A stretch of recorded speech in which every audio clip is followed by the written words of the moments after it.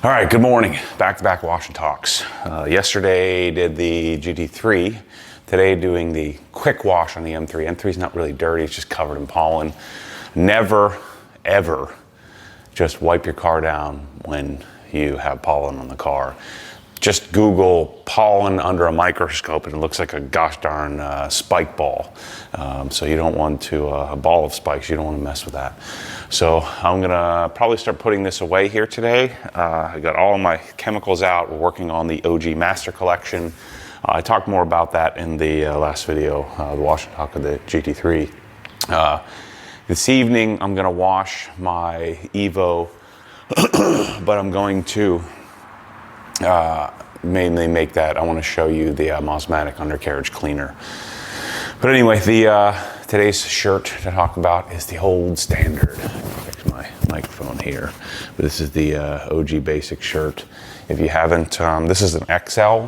I'm feeling, ate some ice cream last night for the first time in 6 months, and so I'm feeling a little chubby. So we'll wear an XL shirt here today. But these are printed on the same 50/50 shirts. I have a little hem tag here on the bottom, which is awesome. And go to obsessedgarage.com. Help me out here. Buying shirts, buying, detailing stuff, helps me make these videos. But anyway, appreciate you doing that. M3 is my E92 M3, not the E36.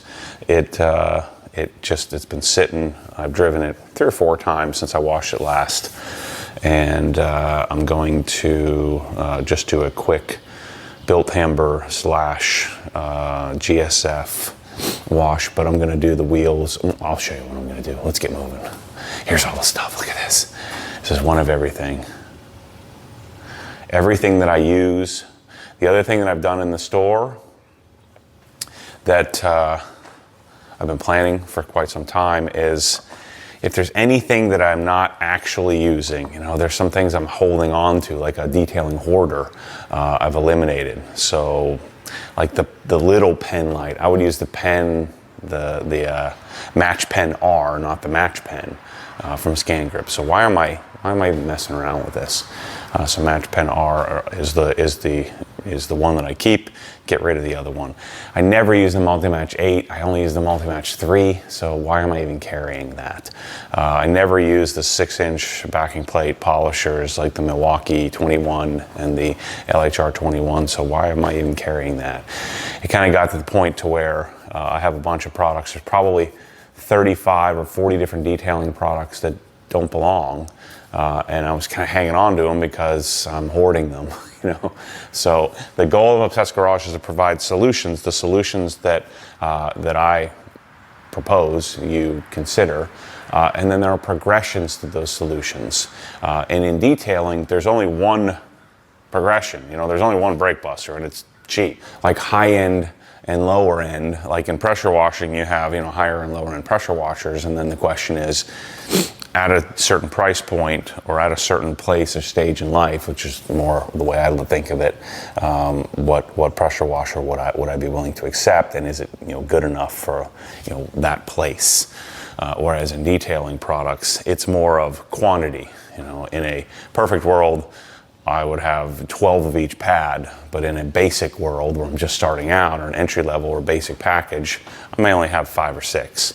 And so that's what I'm spending a lot of time here determining, and then we'll make a bunch of videos talking about it. I do have a E30 Evo coming, not mine, but I'm gonna be borrowing for a month or 2. That I'm gonna do a whole detail series on. I also need to detail the E36. I need to detail the Raptor. And then the other cars just need to get washed. So anyway, let's get moving. I gotta beat the sun. I slept in today. I got up at 7 something. Just tired, man. Yesterday I did a lot. Woke up early, wash and talk, or woke up normal. Wash and talk. Went right into, went to CrossFit, came back. Went right immediately into working with Nick, and I were working on the stuff, working on these packages. Then I went mountain biking, and I came home, felt like I deserved a little bit of ice cream.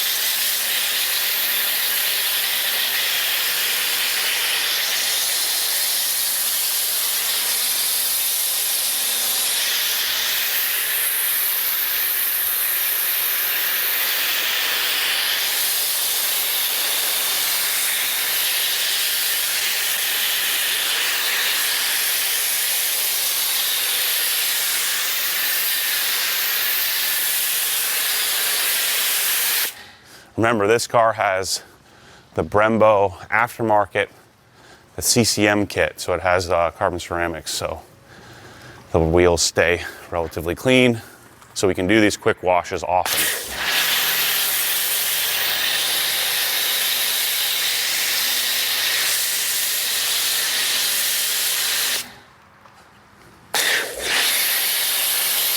One could argue, if your wheels are coated and you have not a lot of brake dust buildup and stuff, then why don't you just use soap on the wheels all the time? You can.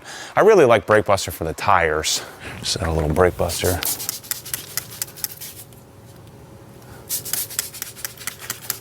Just do a quick little swiperoo on the tires.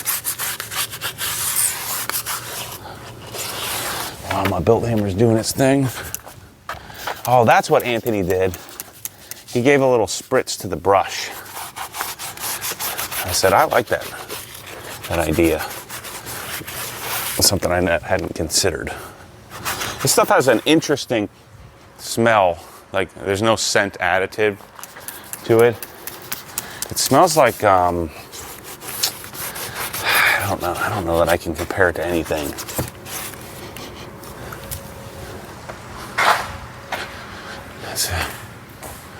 There's a very like organic smell to it.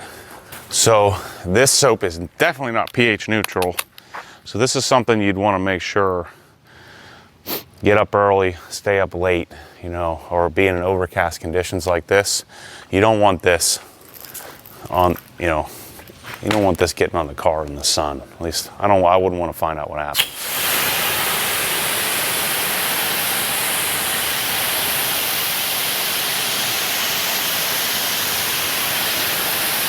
Remember, this car is just like the GT3, is entirely covered in XPEL Ultimate, and this one doesn't have a coating underneath the XPEL Ultimate like the GT3 has.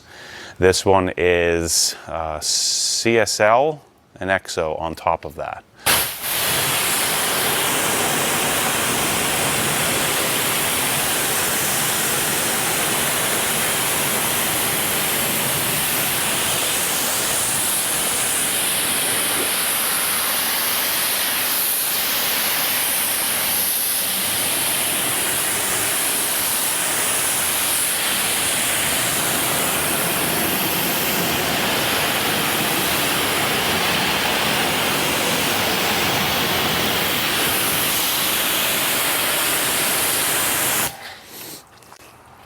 So I'm gonna wash this car, cover it. So I'll have the GT3 covered and this covered, and then we're headed to California on Tuesday. Today's Sunday. I'll be gone for 10 days. It'll feel really good knowing my cars are clean.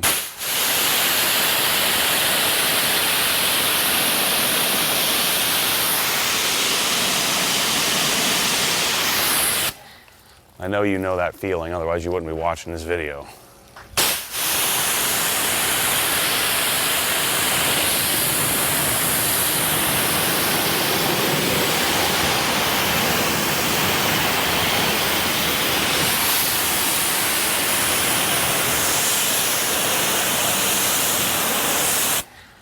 So I'm going around washing this bottom up. I know that sounds stupid, but I think it's the way to go when you're doing a pre-wash.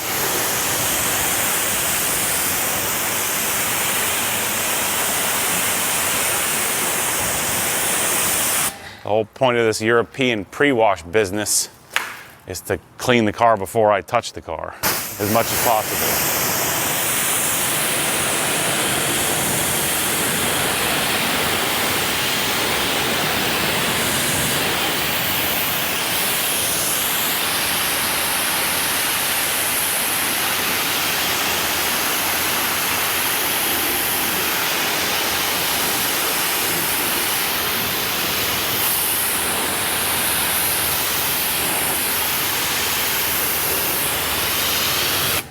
Now remember, I'm washing, it seems like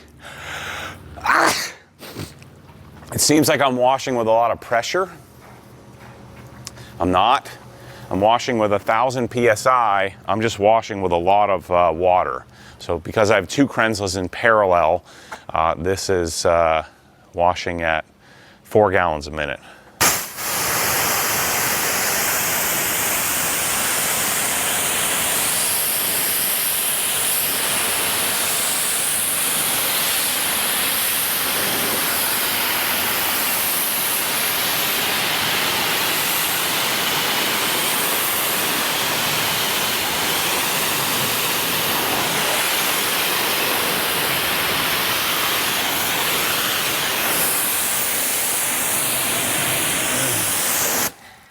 So what I think is coming for me next in the detailing arena, or I should say the detailing process, would be this could now be done if I was spot free. So we need a hold on one second.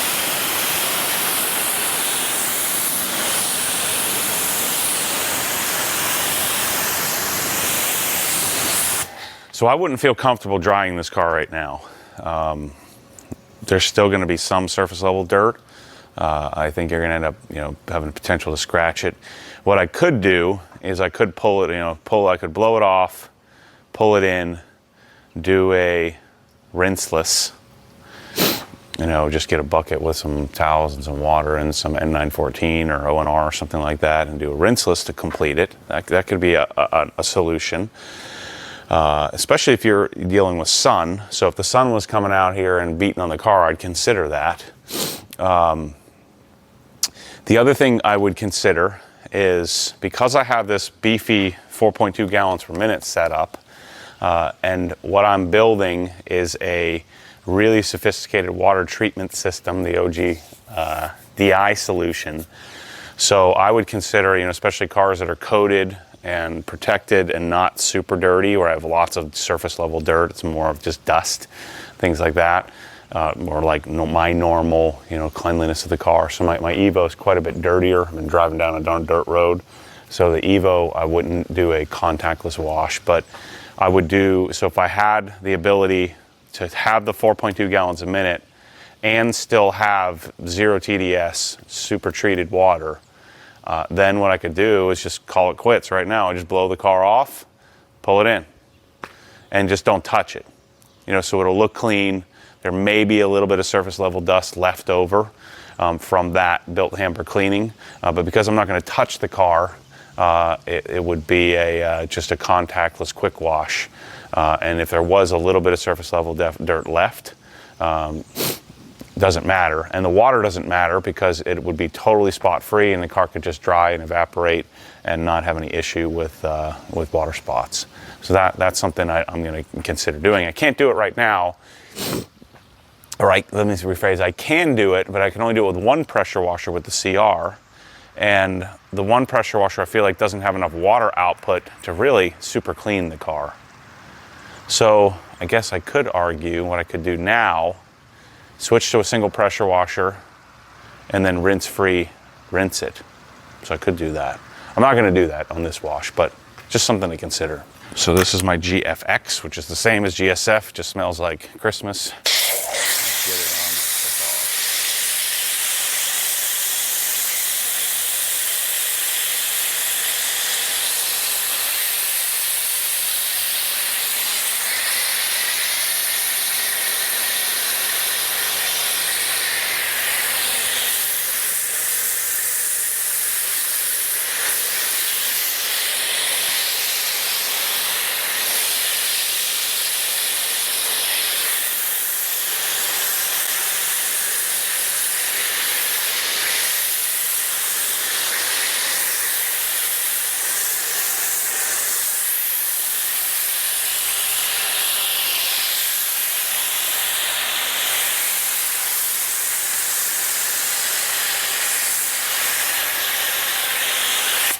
It's so good having a system that's dialed in.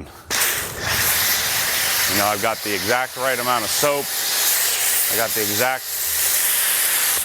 the exact right amount of foam. I got the exact right amount of pressure. I just got to Just got it dialed in, but it, you know, it takes you some time to figure that out, or you can just let me do it for you. Speaking of which, I'm running out of soap.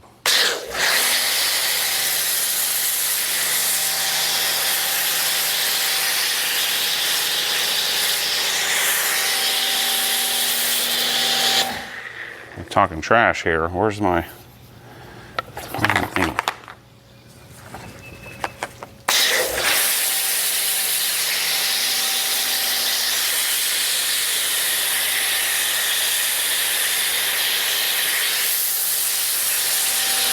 One of my absolute favorite upgrades or additions as of late is our Perfect Detail US collab, where I take my foam cannons. I don't know, I wipe the foam cannon off with the towel, you know, that I had on the bench, and then we picked a really good spot for them.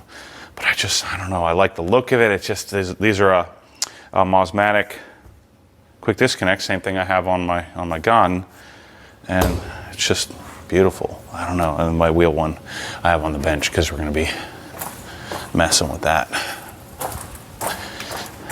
Finishing our packages.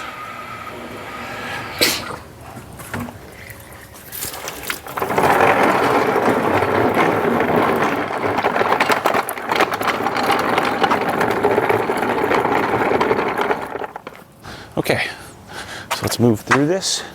I guess I didn't really need to do a quick wash because it doesn't look like the sun's coming out. That's okay.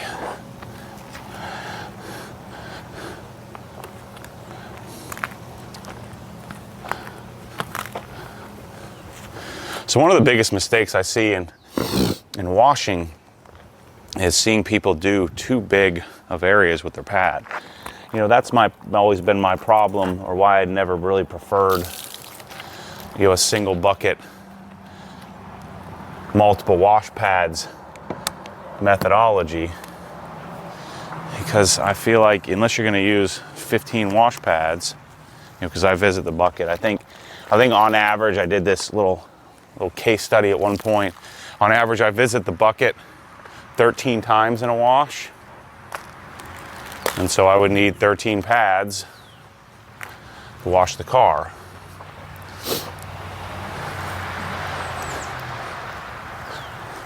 And so I prefer to visit the bucket more often and do smaller sections rather than the opposite.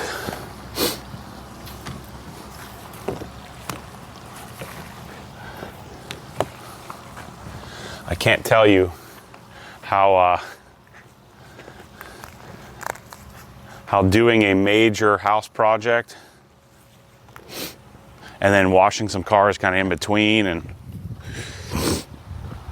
did a little bit of leather care on one of Adam's cars, has reignited my desire to, I want to do some polishing and stuff. I want to do some polishing until I start it, and then I'm like, oh, what am I doing? I freaking hate polishing.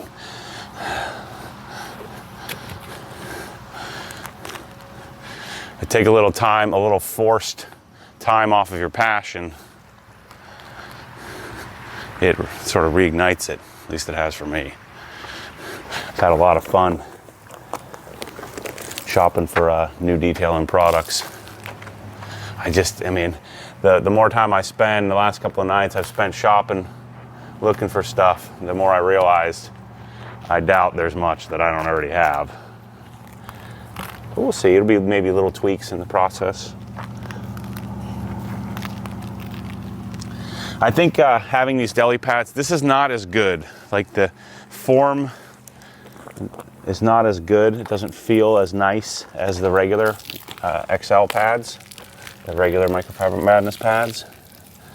But I think it's something that is worth having in your cabinet. It is softer, but the internals aren't as good, or they are as good, but it's because of the softness of the pad.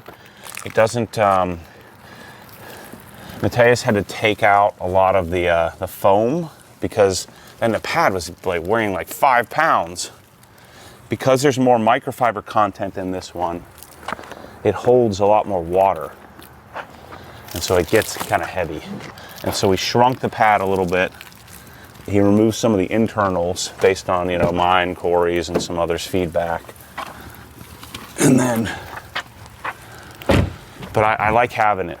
I think you should have them too. So grab one of them in the store. We have mitts and pads. I should try the mitt. I don't like mitts. I feel like a mitt makes me lean into the car more as I lean on it with my bare hand. Anyway, just a thought. Let's just do so I got my lambskin mitt in here, and we'll just do a real quick surface level cleaning.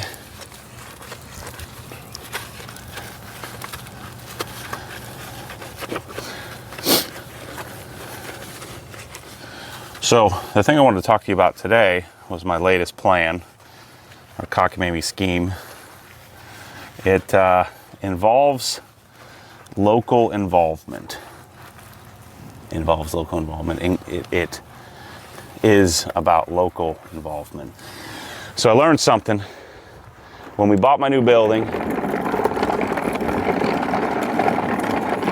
I always thought that, you know, we would stay here temporarily and then I'd move somewhere cool. Move somewhere new and cool and up and coming. Move out of the retiree town. But I like to think maybe we could still do that someday, but the longer we're here and the more we're here and the more difficult it would be to pack up and roll. And so when I bought the new building, because I haven't really invested in the community at all, I'm not involved in anything political or anything, school board. I'm not involved in anything.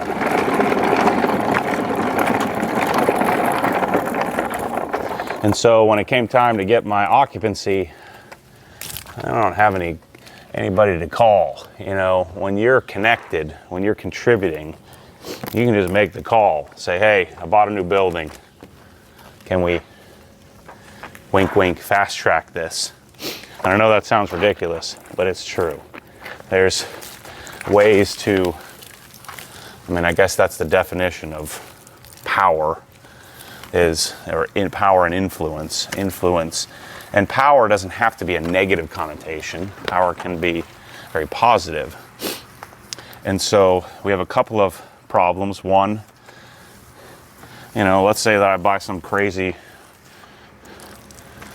acreage property, and then we want to build our massive campus on ag land and convert it to mixed use land. If you're a solid contributing member of the local society, then you can have the potential to get, at least get the attention of those that can help make a decision, or that can make a decision on something like that. Much easier than some outsider. The other problem I have is that I have a bunch of young men that work for me, some young women. They're going to have kids someday. They're going to want access to childcare, access to a great school system. And it just so happens that we have one of the best schools in America here that's free if you're a company that is connected to the Villages, which is the big giant multi-billion-dollar conglomerate that has built the largest retirement community in the world.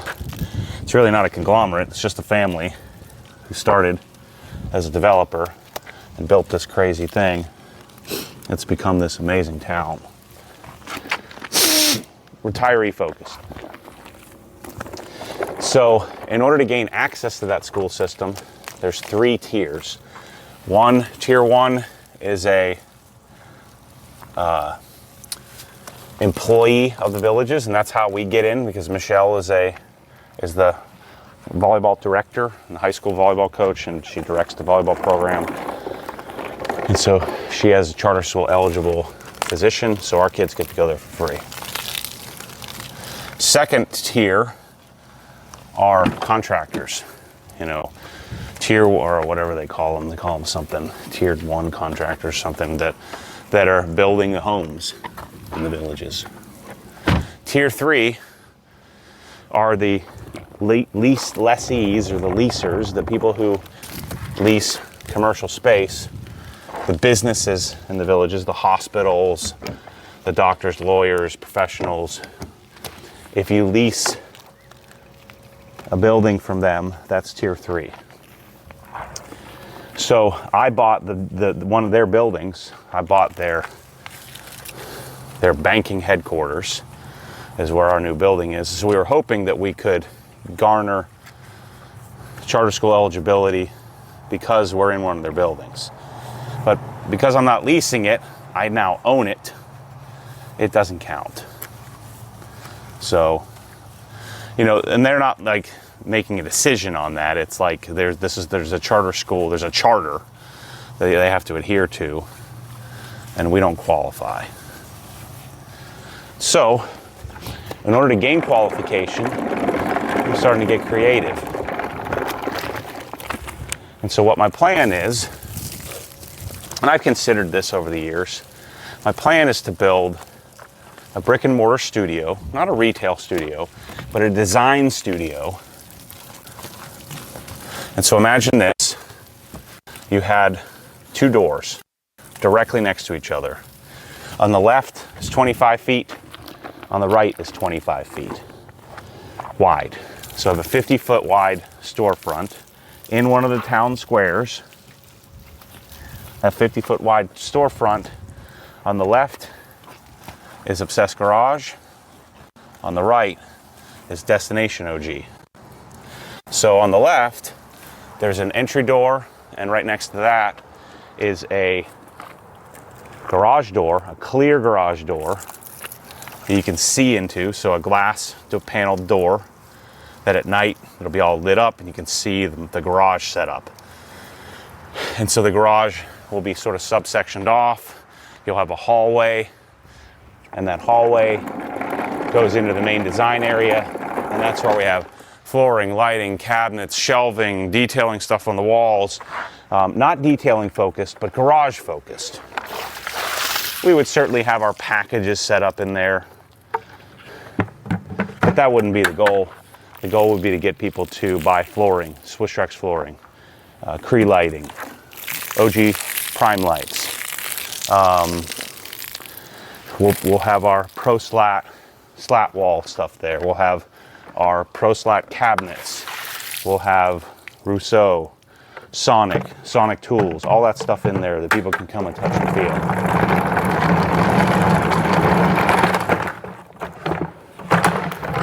Now, the amount of, they call them villagers, the amount of villagers that are my target, that demographic, is pretty slim.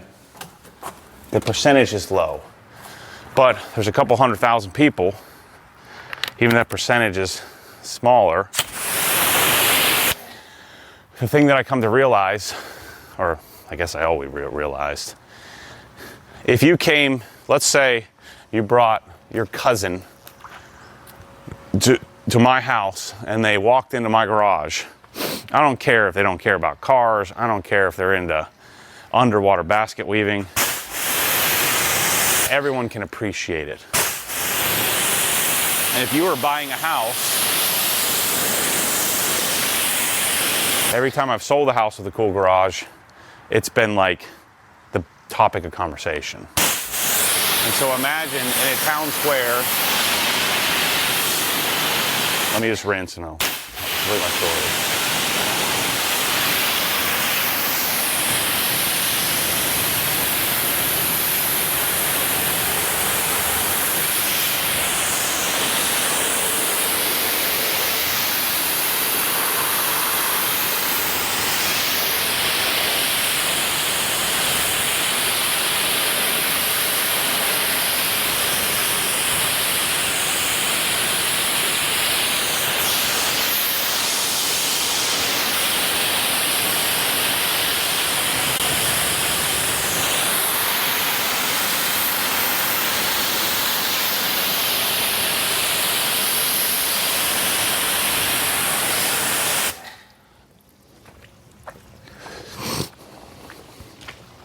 Still, my favorite car of all time to wash.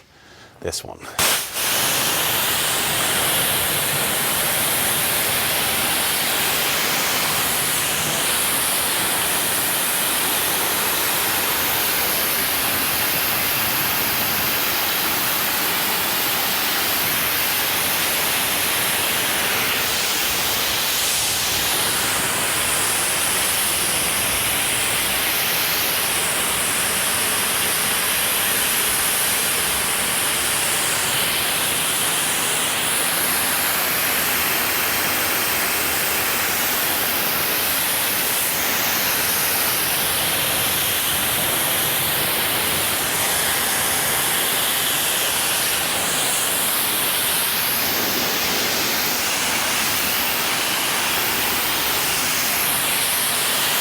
So as I was saying, imagine, again, I don't think it matters who you are. Now, that doesn't mean everybody's gonna buy the stuff, but it opens up the door for people to come and discover what Obsessed Garage can do. And many of you, and me included, I've considered this for a long time. You build little design studios, or in certain areas where you get lots of traffic, and then you have boots on the ground, and you can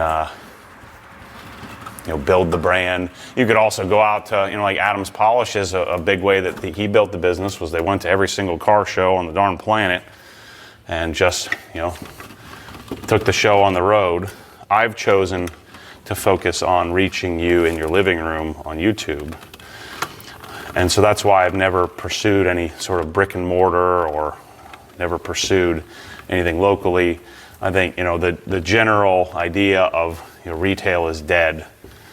Local retail, like brick and mortar retail is dead is pretty accurate. You can just see it in malls across America. But if I build a design studio, which is really a showroom that can accomplish more than one thing, the main thing is that it gains us a connectivity to the local community. It also gets us eligibility for the school system and the daycare system. They have a very economical early learning center for employees, so it becomes a current and future recruiting tool, a perk to our staff. And then I can have a lot of fun in building my own setup here, and then we can make it not just a problem solver, but a real profit center, like a pretty significant profit center. And so the thing that put me over the edge, the idea was, yes, there's 200,000 retirees. Yes, the vast majority of them are not my target demographic. These town squares have people come from all over.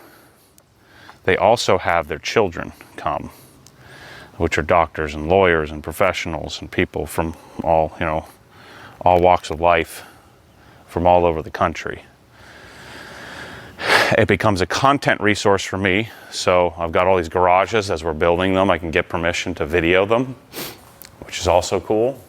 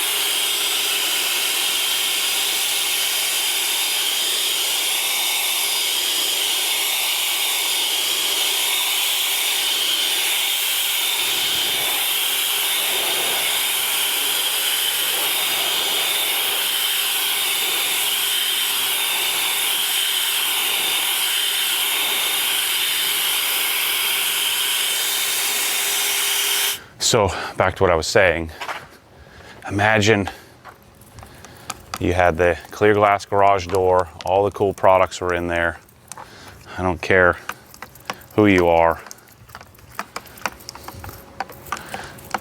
It would certainly be something of interest that people would come in and see and talk about.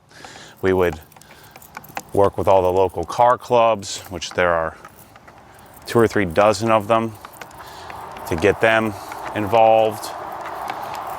Once you start, the way it works in this town is once you start getting like one street, then we'll have all these showroom garages or showcase garages all over the place. And then, you know, one guy gets it and the next guy gets it and the next guy gets it. And then before you know it, you're doing dozens of garages at a time. So I would build an install team. So we'd have an install where we'd be doing custom install pressure washers. We'd be doing flooring, lighting, cabinets. Most of it would just be flooring, some cabinets. So we'd be doing a lot of Swiss tracks. We would probably also bring in a porcelain tile as well, provide that as a solution. You'll be doing some garage audio, some custom install pressure washers, probably a lot of pressure washers, especially if we set them up where people can clean their driveway and stuff too, you know, where we give them a dual purpose. I would build also a service center as well, so we'd be able to service everything. And then I would build right next to Obsessed Garage, Destination Obsessed Garage. So on the right, you walk in, and that's where we have home theater. We have like basic home theater. We have, but mainly, you know, outdoor kitchens, closets, sinks, faucets. You know, anything I'm interested in would go in Destination OG, and we can show people, you know, the main thing the Destination OG would be lighting, interior lighting, DMF, Cree, Lutron. I'd build an install team that was an expert in that. And then the beauty is I have a place for my designers to live. So Kyle builds out a massive, both local, national, and international team there. So we're serving basically all the English-speaking countries all over the world from a design perspective. We then have a design hub. We also have HQ, which is where my studio is, where people can come and visit. And then we have a Rolodex of, showing my age here, we have a group of people that have done really cool garages that are cool with being in the sort of the parade of homes, where we can take people to and show them not just what's in the showroom, not just what's in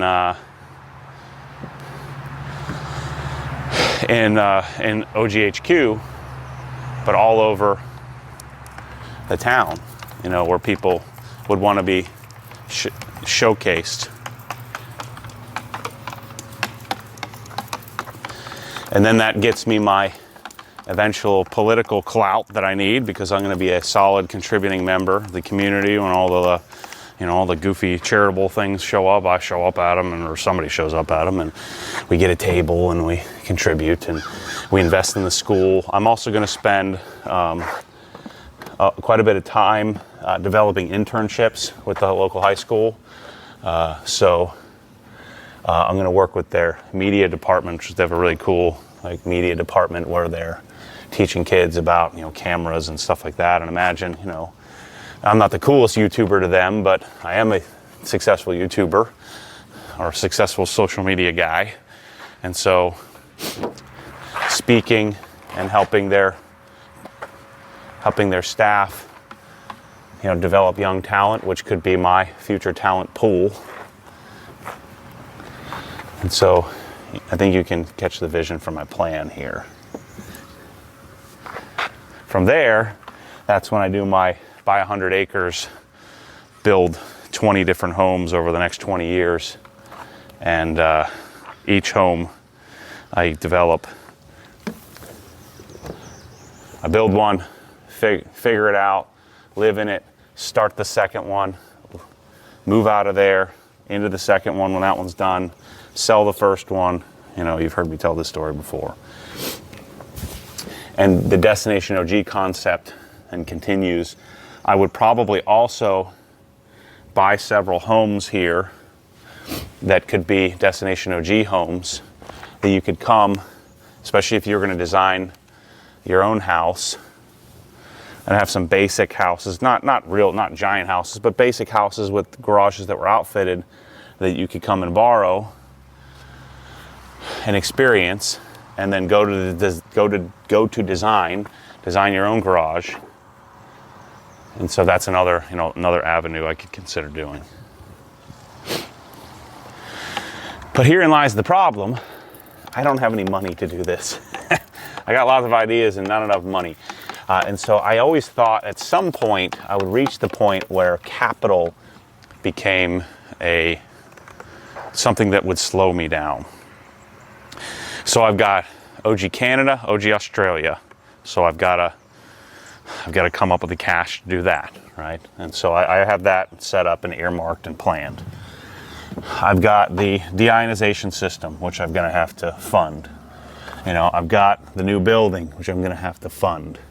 I've got inventory rebuilding that I have to fund. I got my own life to try to save a few dollars so that way I can be solvent at all times. Take risk off the table.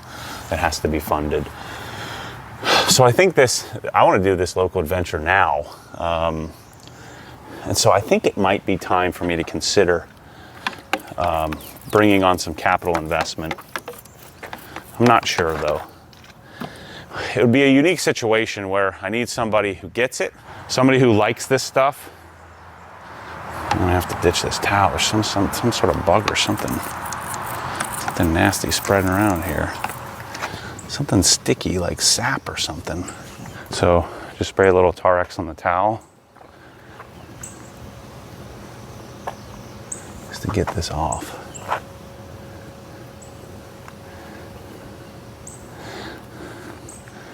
You're better off using a little bit of a chemical to clean that up than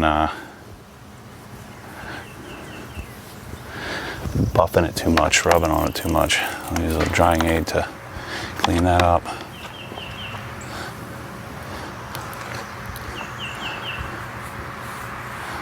There we go. So I always assumed at some point, you see companies, as you grow, your growth outgrows the capital capability of the current revenue capability of the company. So what I'm working toward is capturing what it is I'm responsible for. And so I'm building a distribution network, which is, going to cost quite a bit. So I need to build out having West Coast operations. I need to build out making product easier to get, cheaper to ship. Get to the point to where I can offer free shipping. That's the goal. When you reach a certain critical mass where I have margins that are good enough. So the way my current model is set up, I'm never going to get there. I can't get there. And so what I need more. I need to be able to go to a company like a Krenzla and say, hey, I want to make this pressure washer. And I can promise you that I'm going to buy, 10,000 of them over the next year or two. And in order to do that, I would need to have the ability to ship in all the different countries, as well as I would need to have some other retail partners where we had a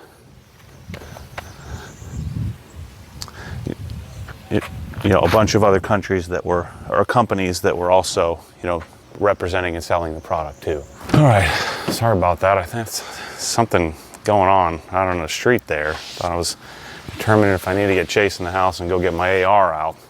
He was yelling some weird stuff, like blocking traffic. So when the next Krenzla, whatever next, the future products, like I'm working on doing this with Built Hamber, not internationally, but local or in the U.S., where I'm going to take on the whole product, be the representative for it, market it, talk about it, share it, put the things that I really love on the Obsessed Garage site, and then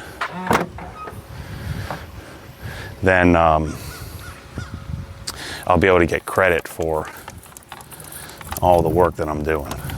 And if I do that, my margins will increase. And then I can do that with other products. I'll have exclusivity, but not just exclusivity at Obsessed Garage, exclusivity at all my retail, the guys that are buying from me wholesale. So that is job number one. And so doing things like this, I think what I need to do is bring on a person or two that, wants to back me, is interested in the project, doesn't want to do the work, because I'm not looking for somebody to come in and be my boss. I'm looking for a minority, partnership, if you will, or a minority capital partner where I can have access to the capital that I need in order to do this kind of stuff. It's not a lot of money. I mean, my guess is I probably need $500,000 to do what I'm talking about. Just, in this local distribution model. And I think it's going to be a pretty significant business. I think it's going to be especially if I get to multiple locations, I think it could be a, $6, $7, $8 million business revenue-wise. And then again, it gives me all kinds of scalability and takes care of the local part of the distribution model. So that way I'm distributing locally, nationally, and internationally long term.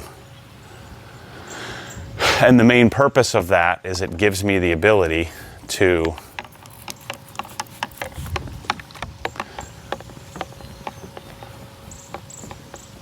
garner exclusivity on a product, but not make a product stuck.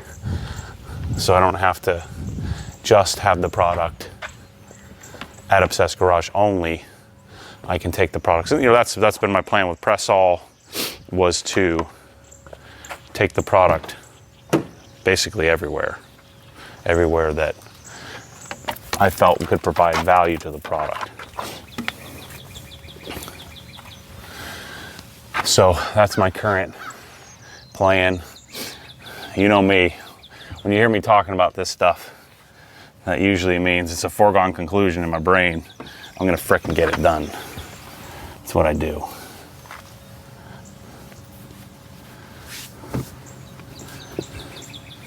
So I think if you're that prototype, you're looking for I'm also looking for somebody who has, some value to provide, has expertise, but doesn't want to be micromanaging the day-to-day. You're looking for sound investment. Hit me up. I'm considering it for the first time. If I find the right person, I think we can do pretty cool stuff together. I don't know what the percentage ownership looks like, but it's something I could figure out.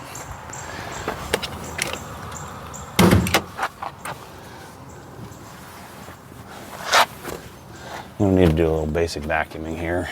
I've learned lessons from my partnerships with like Scott, the Drice Man, and with Joe Pichette, who's helping me with the, we're building the DI system together. I mean, at this point, he's doing all the work, and then eventually it'll transition to me doing all the work. But when you have relationships with people that are already established, who can provide value, there's no like improprieties. It's like everybody does what they do best. There's no like, partnerships I've had in the past. It's like one guy always feels like he's doing more work than the other guy, and eventually becomes a problem. It's never a problem until there's money involved. And then when you start to make real money, it becomes a real problem, or can be.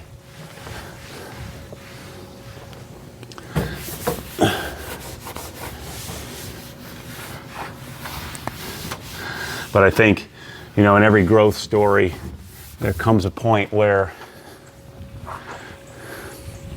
the capital becomes a growth slower. And I think I'm reaching that point.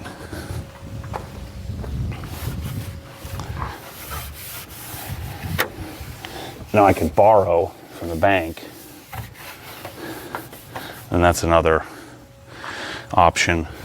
But imagine you bring on some people that help you capital wise. Also, mentorship wise. And let's say on my own I could get to 50 million. And it's going to take me 6 years to get there. Or I can bring on some expertise and some capital, some capital additions, and I could get to 100 million, but I got to give up 10% or 20 or some percentage.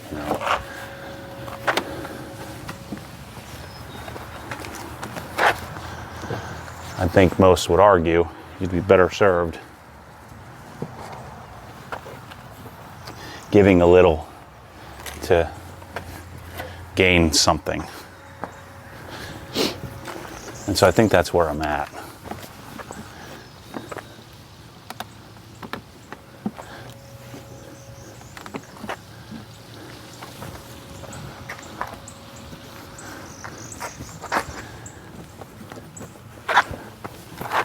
Anyway, the more important thing is the concept.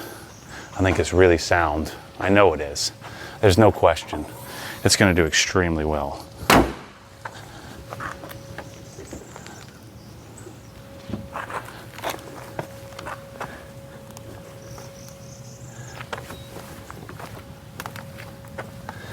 right. Adjust the tires.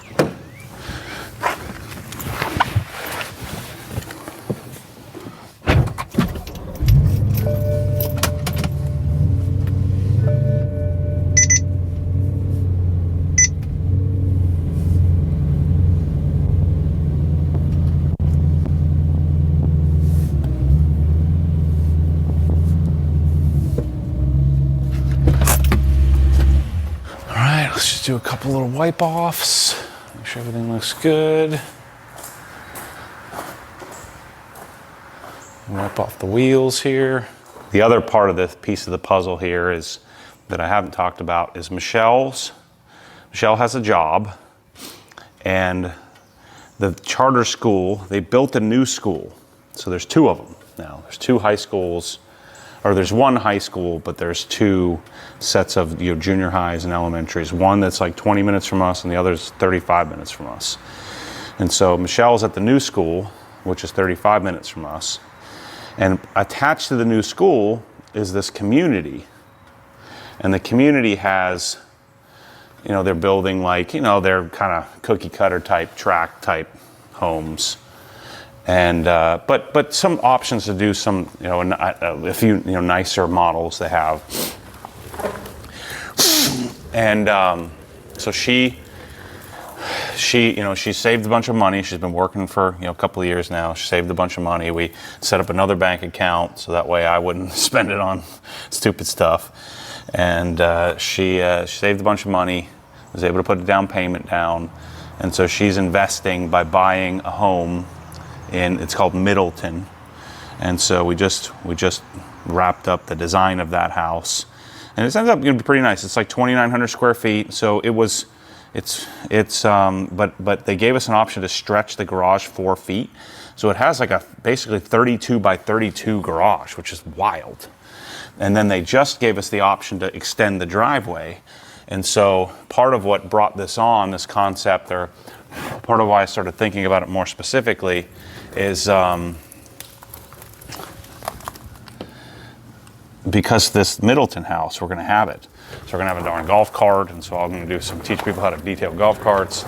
And then, I started envisioning, well, man, what if I put a showroom in the Middleton Town Square? All these new homes they're building, both retirees and young families. Could be really freaking cool. But the thing was holding me up is it's not my target demo. It's not. I'm my target demo.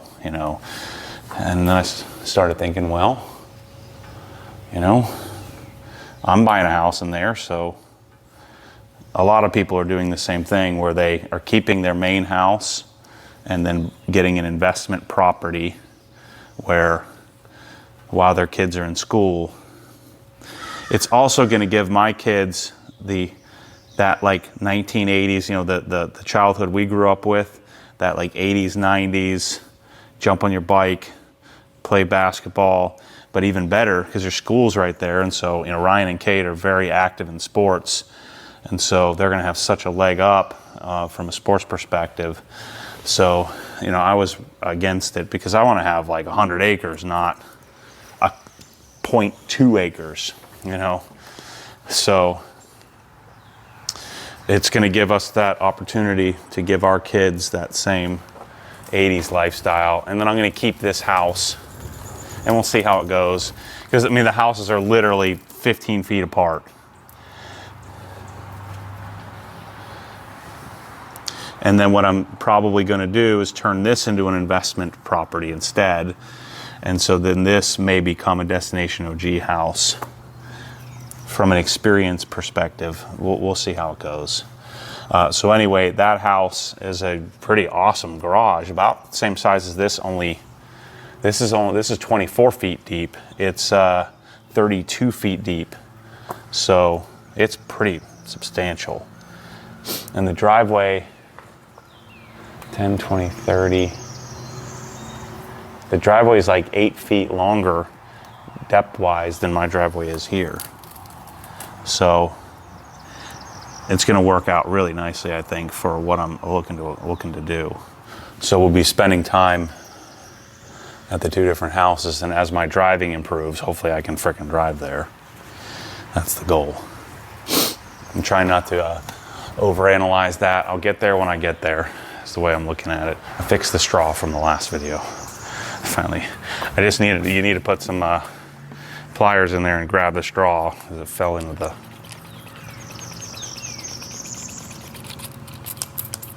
There we go. Once I got it primed. So we're going to cover this car as well and let these two little bros relax in peace when I'm gone to California. We're going to do another epic garage. I do have a spot for next year. I figure I'll do this once a year, where here's the requisite. You got to figure out where I'm going to stay. So we did this with John, where he basically gave us his Amex and said, do what you need, do what you know, he designed it with us, but do what you do. Same thing Fred. So Fred saw John's garage and he's like, I want to do that. And so he gave us his Amex and said, do what you guys do best. And so we designed his garage, and then he's going to allow us to come out and build it and video it. And so if you'd like to be the next guy to do that, hit me up. It would have to be next year. We have a ton of videos coming. I'm making a ton of videos. Waba has a bunch of videos. Now he's going to have a little bit of time. Well, I guess maybe not, because we're leaving for California. But we have a lot of cool videos that we've already shot. The conclusion of the LZ project. We have the move into the new building.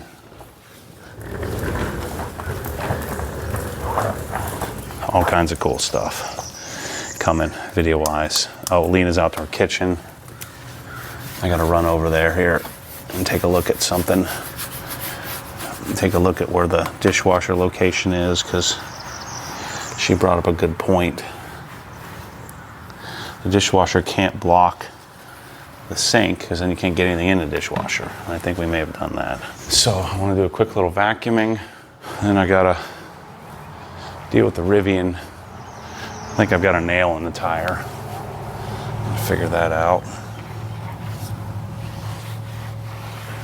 Tonight, I'm gonna do an undercarriage video.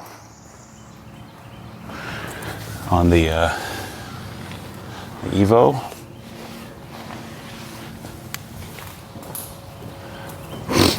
I'm just gonna keep rolling. I kind of wanted to do a ruck today, but I'm not feeling very motivated to do it. Maybe I'll just do a short one instead of some big, long, drawn out thing where it takes me forever. All right, so OG vacuum system is killing it. If you've been waiting for one, you should just order it. Our next batch is due to arrive here shortly. You don't need to do the fancy in-wall version like I have, but just doing it, in many ways, I like the hose reel better. But this is just, the cool factor is very high on this.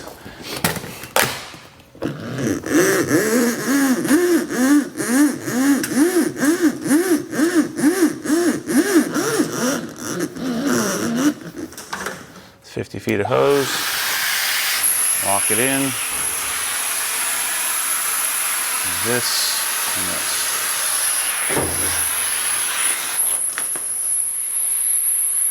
Really good.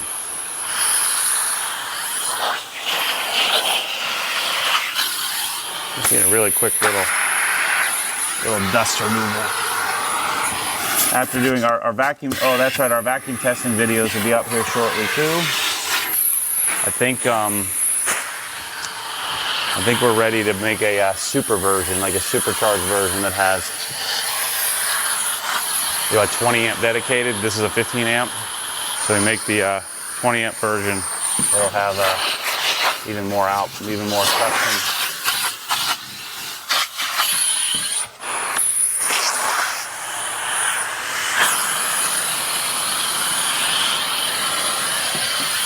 That's all we needed. Just a little dusting. Back in here.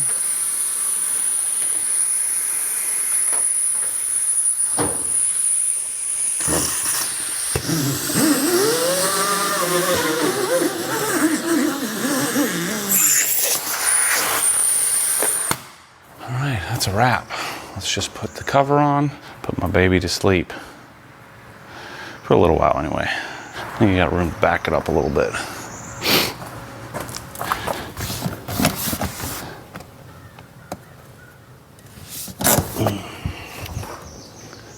So that's my latest. I don't even think this is a scheme. This is a fully fledged idea that I think I'm ready to start executing on.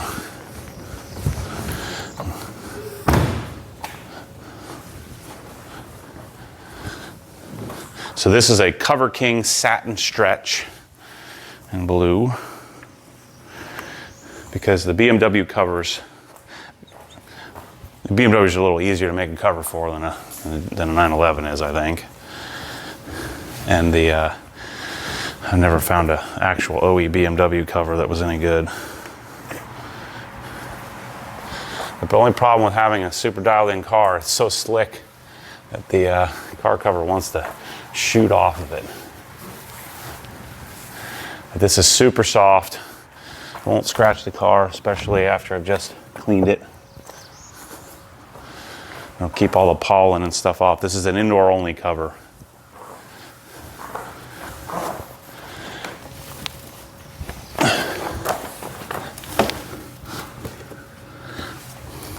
But you know, even in my air-conditioned garage, especially in pollen season, it gets dusty. And I don't like to dust my cars. But it's nice when you can just take the cover off and have the car perfect, at least for 10 seconds until you actually drive it out of the garage and then it gets jacked up. Anyway, thanks for watching. A couple of wash and talks this weekend. It'll be a couple of weeks before I do another one because I'm going to be in, maybe I'll do one at Fred's garage at the end. Yeah, stay tuned, Master Collection coming. You know, don't wait for the Master Collection and nothing's going to change in the Master Collection. It's just the Master Collection is going to be a $15,000, it's $14,368 for everything that I have in my garage, including the buckets, excluding the pressure washer. So, yeah, thanks for watching. As always, stay tuned for more crazy. See you on the next one.